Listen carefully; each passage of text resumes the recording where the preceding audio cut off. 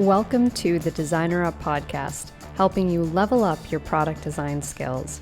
I'm your host and instructor, Elizabeth Alley, and this is episode 4, Social Dilemma as an Inner Dilemma, featuring Jeremy Navarro from DormOps. So today we're going to be talking about the Social Dilemma Netflix documentary and discussing our reaction to it and the commentary we've been hearing from others, as well as our thoughts on how we can better navigate this social media zeitgeist that we are living through. Hi guys, so today I'm here with Jeremy Navarro. Jeremy was one of my first interns and has since become our head of digital marketing at Designer Up. He's also the co-founder of DormOps, which is a student-run digital marketing agency that does everything from content creation to copywriting and social media marketing and consulting. And what I think is particularly valuable and interesting about DormOps from the perspective of a client is that it is a direct line into the minds of millennials. And the next generation that these companies are going to be marketing to. And this is not secondhand research, this is firsthand experience, and that is pretty powerful stuff. And we'll get into that a little later in the podcast as well. But Jeremy is also an astoundingly talented writer. He shares his magnetic think pieces about his journey to becoming a designer and his advice for aspiring designers and creatives on our blog. So definitely check that out as well. Jeremy, I am excited to banter with you on the podcast today. How's it going? Hey, how's it going? Thanks for having me on. I'm super excited to be here. Excellent. So at our weekly meeting last week, we were talking about the Social Dilemma documentary on Netflix. I had just watched it. Jeremy hadn't seen it yet, but he was seeing the reactions from some people on campus and was gearing up to watch it himself. So you have since seen it, yes? I have seen it. Yeah, it was incredibly well made. You know, there has been sort of this really visceral reaction on campus, so it was especially interesting to watch that after having seen all of those reactions. So I'm definitely eager to dive deeper into it. Yeah, awesome. I haven't seen the physical reactions of people so much, but I did just kind of see what was going on Twitter and the response from like tech and design Twitter, and just have been talking to a lot of people about it, and everyone has a really different take on it. Yeah. And so, for those of you that don't know, The Social Dilemma is this new Netflix documentary. And in a nutshell, it really exposes how social media is designed to manipulate us and how it has morphed into a global driver for surveillance capitalism, political polarization, and mental health issues. So, yeah, pretty heavy stuff. But it's super relevant to all of us as designers and creatives, especially as product designers that have the most influence on how these things are shaped. And it's something we talk a lot about here on the Designer Up podcast, this great power that tech holds and our responsibility as designers and engineers of that tech to, defend against doing harm. I've done a lot of talks about this topic. I write a lot about it on the blog, and it's at the core of what we teach in our product design master course at designerup.co. So, what kind of, I guess, shocked me most about it wasn't so much the content, but really sort of the shock from everyone else. I definitely respect and understand that not many are privy to the inner workings of these social media machines, and, I myself included. But, it was a sort of a lifting of the veil, I say, on a lot of these things. And it wasn't so much just the shock from the community, I think, that, surprised me, but also kind of from the whistleblowers in the documentary. It was kind of a naive outlook from them that they just felt when they started working at these companies that they were doing absolute good. And I just personally don't really believe that's ever really the case. And, we'll talk a little bit about that. But, what did you think about the doc, initial thoughts, issues that you had with it? Yeah, I mean, it was especially interesting to see, the emotional and the visceral reactions that all these whistleblowers had to the quote unquote social dilemma, and also the naivete that you just mentioned. But I think I was deeply shocked by a lot of the language that was used around tech, specifically social media and AI. and data, especially the revelation that, given all that's happening sort of behind the scenes, when it comes to these industries, really we are the products. And that was a really big shocker to hear, even though I think subconsciously that's something I always sort of recognized maybe. Yeah. Um, but I think one of the more impactful quotes from the documentary was that there are only two industries that call their customers users, and that's illegal Yes. drugs and software. Isn't that That's crazy? mind blowing. Yeah. So, Mind blowing. yeah. I mean, social media, it's really designed and like programmed to give you that dopamine hit. It's literally a drug. So, I mean, I even checked my phone a few times during the documentary, as ironic as that might be. Yeah, so did I. Yeah. But that's a really funny point about the users. I really never thought about it that way. But I'll be honest, when I first moved into UI and UX design from like graphics, I thought it was pretty odd that we called Mm, them users. And it was the same feeling I used to get back when I played music and everyone referred to the people that would listen to their music as fans. mm, I don't know why, but it just felt like for some reason it put the creative on some kind of a pedestal. Like fans always reminded me of someone that's almost like below you, or I don't know, not on the same level. I mean, maybe that's mm. not a connotation that most people feel, but it kind of felt that way to me, that like you're this product. And Yeah. it was that thing about users. It just never sat well with me either, but it just kind of becomes the norm, you know? So that's a good point. It's something that really surprised me as well. Yeah. Absolutely. Yeah, and I think, what I kind of was waiting for during the documentary was some sort of solution or some sort of pointers to the direction of like what do we do about all of this? And I think there was a bit of that, and I know that perhaps the intention wasn't meant to be prescriptive, but I felt like there was kind of an afterthought attempt to offer these counteractions to, kind of halt that trajectory of where we're going. But I don't know, it was just kind of this call to arms of like collective abstinent willpower. Like we need to just stop using our phones, or we need to expose ourselves to different points of view. And I do think those are important aspects of what we need to do to kind of maybe not go down a really bad path with all of this. But at the same time, I think there's a lot of things that need to come first. And I mean, this isn't the first time that Jeremy and I have dived into this stuff. I did a talk on his summit back in July called Marketing from A to Gen Z. I love that name, by the way. Um, and so, Jeremy, if you just want to give a little recap about what that summit was about, what we talked about there. Yeah. Sure. So Elizabeth gave a fantastic talk at Summit, marketing from A to Gen Z. And essentially, my goal with the summit was to bring together all the Gen Z marketing leaders that are out there, in order to give some insight and some advice into what marketing to Gen Z should look like, what Gen Z really is, and sort of how uh, so many industries have sort of uh, portrayed Gen Z in a light that doesn't really represent, who we are, as a population.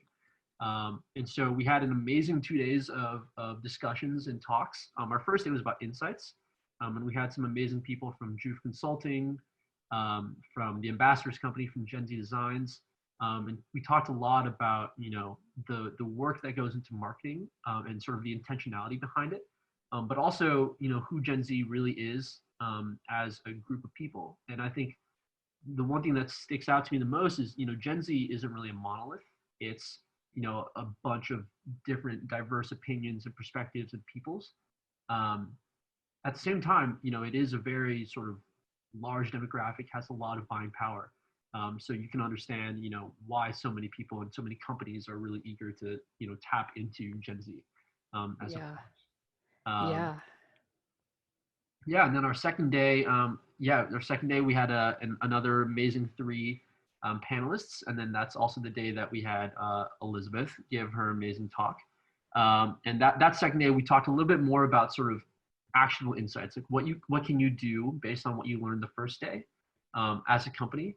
And we were specifically trying to target smaller companies and startups, who are really trying to tap into Gen Z as sort of like an additive source of sort of power for their companies. But I think again, something we talked about is just the intentionality behind marketing to Gen Z, because it's such a sort of transparent and such a self-aware generation. And so talking about what makes a good anatomy of an ad to Gen Z, what brands are doing well out there, and why they're doing well, I think was another really important point of discussion. And these are all discussions that are going to continue to happen, because I think one of the most characteristic things about Gen Z is that it's uncharacteristic, and so it's constantly evolving, it's constantly changing.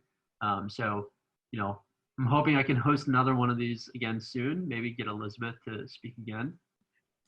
Yeah, it was amazing. Some of those speakers, especially on the first day, they were so woke and they taught me a lot. And I was just surprised to hear about how deeply they're thinking about these things, Mhm. how deeply they're thinking about marketing and how they're considering just the holistic landscape of business and mental health and personal goals and growth and personal growth and business growth as well. So it was just really interesting to hear directly from them. And of course, some of those actionable insights on day two was really great. So do you have that summit available for replay, or is it something that you're just thinking about doing another one soon? Yeah, that summit will be available for replay. It's going to go up on YouTube soon, and then we'll also Awesome. be giving out little snippets as nice content pieces. Excellent. Yeah, I definitely want to tell everyone to check it out. I think it was brilliantly done, and I think our listeners will really enjoy that. So what types of companies and like asks are you kind of seeing come through DormOps? Yeah, I think that's a super interesting question, because when I started DormOps, my goal was to help as many small businesses, whether they were local moms and pops or really early stage startups, as much as they can target Gen Z. Just because I think I wanted to, there are all these big companies out there that are, doing all these things behind the scenes, and I really wanted to, intimately help as many companies and entrepreneurs on a personal level as I could. But I think so many companies, so many large enterprises, and I think really powerful companies have come to me sort of asking, how can we tap into Gen Z as quickly as possible? Hmm. Uh, and that's sort of oxymoronic, just because there's no easy hack into trying to reach Gen Z effectively or impactfully.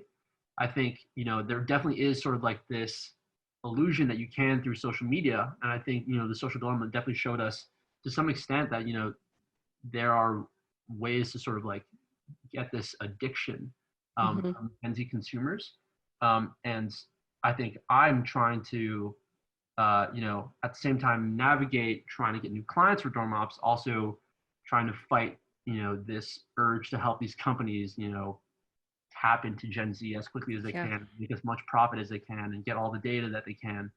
Yeah. And so it's really a weird fight to be fighting. It is. I think it's such an internal battle. It's the same thing for trying to grow a company like a startup or like Designer Up. It's constantly where, and I talked about this in the summit, where you're being faced with these lesser of two evils decisions, you know? And I think the Exactly. bigger companies get, the more of those they're faced with, and the more you have nothing but your values to guide you, and the stronger you can hold to those. And, um, just remember the intentionality behind what you're doing every step of the way. Yes, it may cost you monetarily, but if you can see success and value for more than just money, um, it's really important. It's really important if we want to change some of these things that are happening with big tech and everything else that we're seeing. And from the documentary, there was a lot of admonition, I think, but not a lot of discussion in terms of like how did we get here and how are we going to get out of it and what can be done.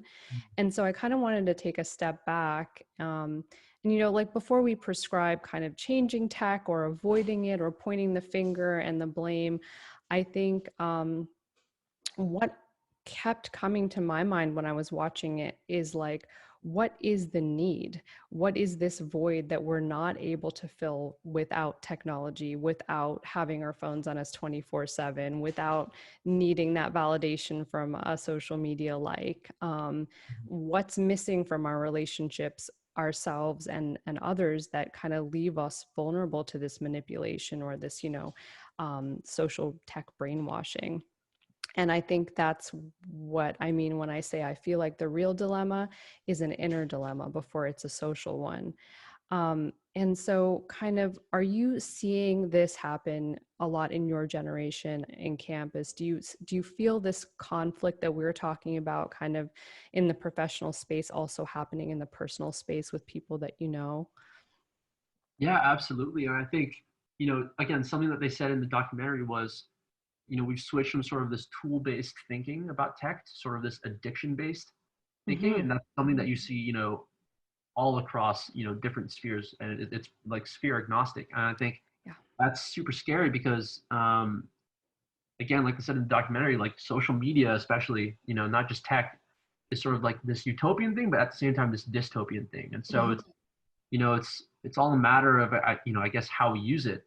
But one of the dilemmas I think I see particularly with Gen Z is, we were born into this social media generation, and so having grown up with sort of social media just there available for us, it's hard to imagine a world where we scale back its use or Yeah.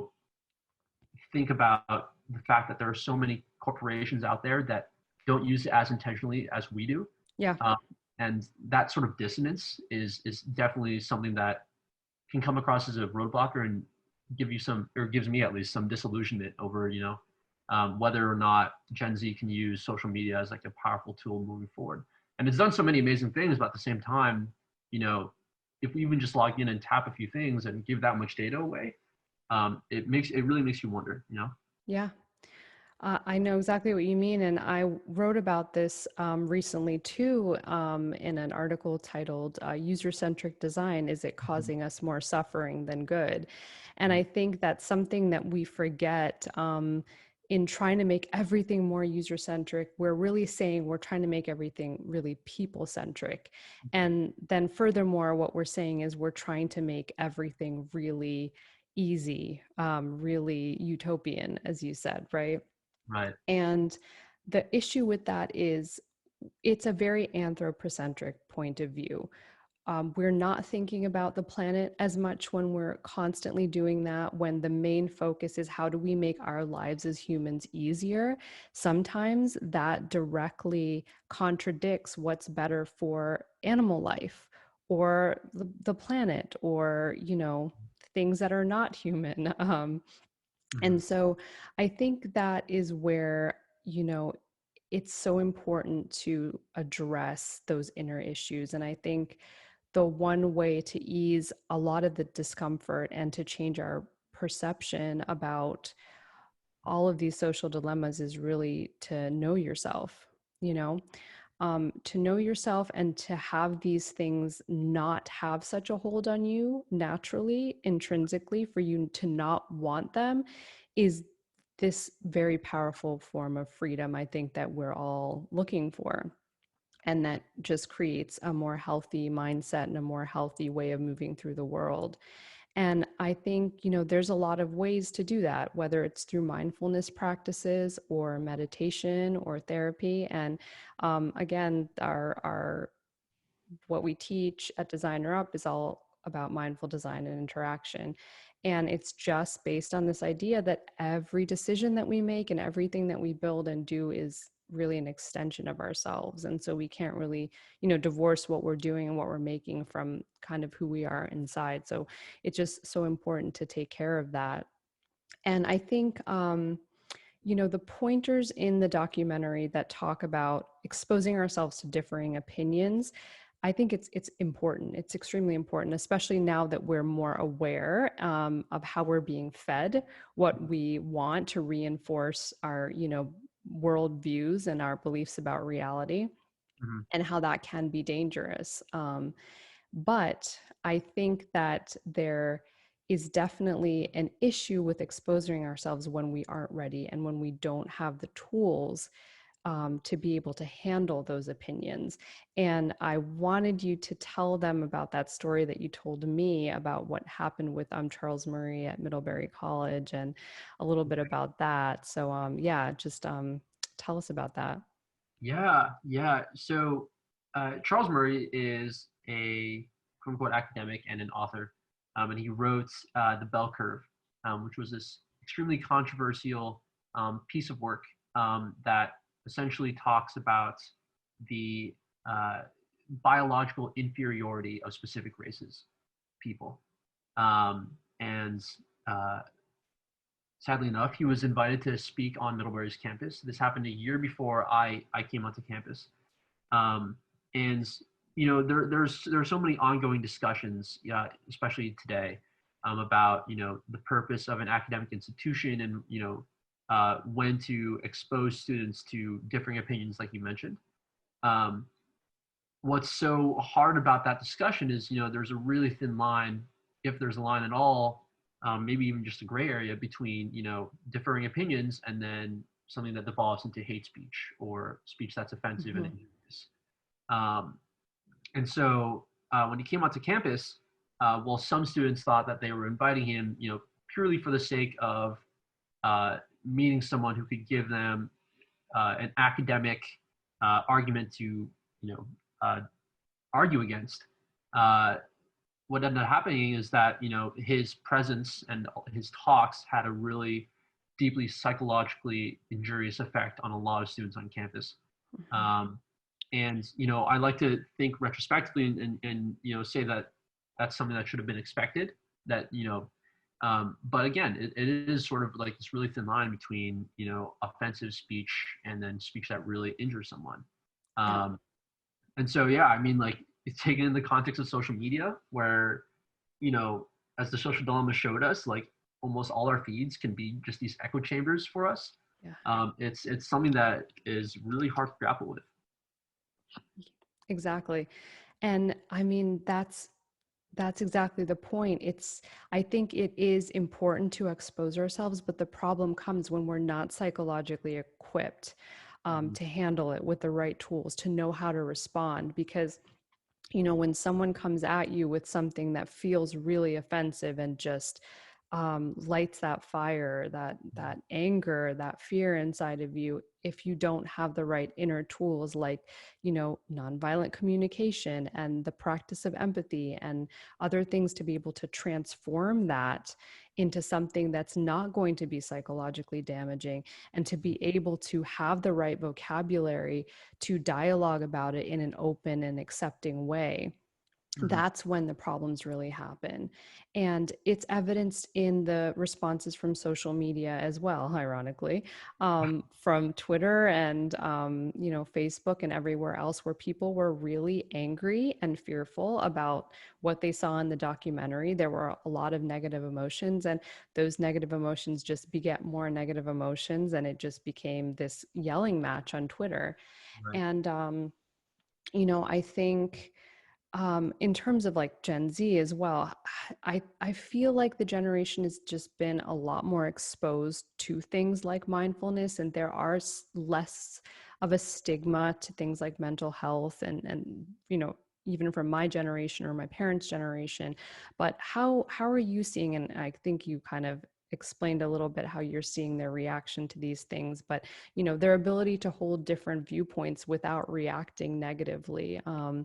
Do you see that as something that people are aware of, that they're working on, that there's a difference in your generation that you're noticing? Yeah, I think, and this is something that Ziad Ahmed from Juve Consulting says all the time, but Mm, I think one of the sort of like calling cards of Gen Z is to talk to us, not about us. mm, Um, I think that's something that applies really well to the public sphere, to everything else. And it's that I think Gen Z is a very self-aware generation, in the sense that I think um, you know in this age of disinformation, misinformation, whatever you want to call it, I think um, it can be hard to get all that information that you or get all the different sides of an argument. Um, Hmm. but I think it's a generation that does want that. And I think like one of the things that I tell companies when they're trying to market to Gen Z, or when I'm talking to individuals or anyone that wants to learn more about Gen Z, I think one of the things that Gen Zers really love when it comes to marketing, branding, just products that they enjoy using, is this transparency. Yeah. And it's because that transparency, begets the company's intentionality. It helps us understand why they're doing what they're doing. And I think underlying all that is just sort of this innate desire to, I think, want to understand. Hmm. So I think for Gen Z, just as like with all other generations, I think there are always going to be these visceral reactions to people that have opinions that you don't agree with, especially if those opinions directly uh, implicate who you are and what your identity is. Yeah. I think there's sort of this growing uh, trend and also need to just try and understand other perspectives. I mean, again, Gen Z is a super diverse group of people. We're not just sort of like one type of person, Hmm. and so we're living in difference. And I think there's just more and more difference that is shown to us every day, and so it's I think a constant evolution of trying to understand all of that. Yeah, absolutely. I think that's such a good point. And I think just this kind of wanting to understand, that openness is so important. And Mm, um, with that, I think what is another really important side to it is just being able to cultivate those skills, because I have this excerpt in the podcast, but as Yoda warns us, right, fear is the path to the dark side. mm, Fear leads to anger, anger leads to hate, hate leads to suffering. mm, And I think when people do feel fearful and challenged by something that contradicts their worldview, that can be really difficult to digest. And we just stop listening. We stop being able to dialogue. We stop being able to understand. And those are all of the things that we all want to be able to do, but don't always have the tools to do it. And I think that's why it is so important that, one, we start to develop practices that help us decouple from that identity so much, because I think it is that attachment to that worldview that makes us feel like there is no possible other right way. And as long as we constantly are always thinking that, then we are constantly always thinking that. And therefore, it's always going to lead us to this othering of each other. And mm, that's going to be a problem that's going to fuel everything that we build and do and create, all the systems we make, all the tech we make, everything. um, and so, yeah, I think it really is about being able to bear that brunt of these hurricanes of different opinions that come our way, these opposing viewpoints, without anger, without fear, without blame. And, if history can tell us anything, we haven't been very good at that as a human race. And so, yeah, and a lot of that comes from being able to heal our own traumas, because sometimes we don't have control of that stuff psychologically, that's just built up, and we don't know where it comes from, and we don't know how to kind of gracefully entertain these emotions and the things we find difficult. And if it's not tech, then it's definitely going to be something else. So, I guess in just closing, if I were to sort of pick up where I think that documentary left off, or maybe fill in some of the blanks that I wish it had had, I would say it's so important for companies and for just individuals, especially creatives, especially for anyone working in tech, to really define your values. If you're constantly equating this success to monetary gain, to likes and popularity or fame, I think we're always going to have these issues. So it's important to really understand the voids that we're trying to fill, and what are these human essential needs. If they're not being met, how can we meet them in healthier ways? How can we talk about them in healthier ways? And that might require seeking some help, whether that's talking to mentors or a therapist or whatever it is. I think that really helps us to kind of get out of our own way, get out of our own assumptions and biases. And, that's so important when we're designing products for users, or maybe we could just start calling them people instead of users. That might be great. Um, and just being able to come up with new ways to verbalize and communicate what we're feeling, and developing a practice, something that helps us develop that objective part of ourself, that's the observer and the active listener, and all those things that kind of help us better understand differing points of views. And then acknowledging that we're always capable of doing harm. I think whether consciously or unconsciously, the whistleblowers in this documentary seemed very shocked and thought that they were doing pure good. And I think that may be a contributor to why they were just sort of ignoring the red flags that they had seen along the way. And because if you aren't paying attention, then you're also complicit when you're building these things. So I think that first step is sort of becoming aware that it's possible that we are doing harm. And then just practicing gratitude and compassion. I mean, it's really hard to do it sometimes, but it's, I think, the little daily practices, just like with difficult parents or our unruly kids or whatever it is, that kind of extends out when we practice it to our community, to our users. And whenever I think of that, I think of that saying by Abe Lincoln, when he said, "I dislike that man. I must get to know him better." Because that's kind of what I try to think whenever I'm just faced with someone I think is just being absolutely ridiculous. And then, lastly, just lifting others up. I think if we're just concerned a lot less with our own agendas and our own ego, you know, and we're willing to share and be open, I think that's a great way to kind of stop that power hungry greed, part of our human nature. And, I think that's really where true freedom is. It's, whether that's freedom from technology or outside forces controlling us, it takes that inner practice. And I think one of the best places is to start with mindfulness. And I wanted to kind of get your opinion too, Jeremy. Like, what do you think are some takeaways, some suggestions of how we can all start to kind of handle what we're seeing in tech and all of the stuff that's just come up in documentaries that we're becoming aware of? What are some of your tips to your generation and to companies and to everyone else you talk and work with? Yeah, totally. I think one of the things I would say to people in my generation, especially because they're born into this age of social media, I think is uh, your identity is not the identity that these companies or corporations have as Yes. data. You are Yes. not a data point, and I think that's important to acknowledge, both as someone that has social media, but also as people that are marketing to others who use social media.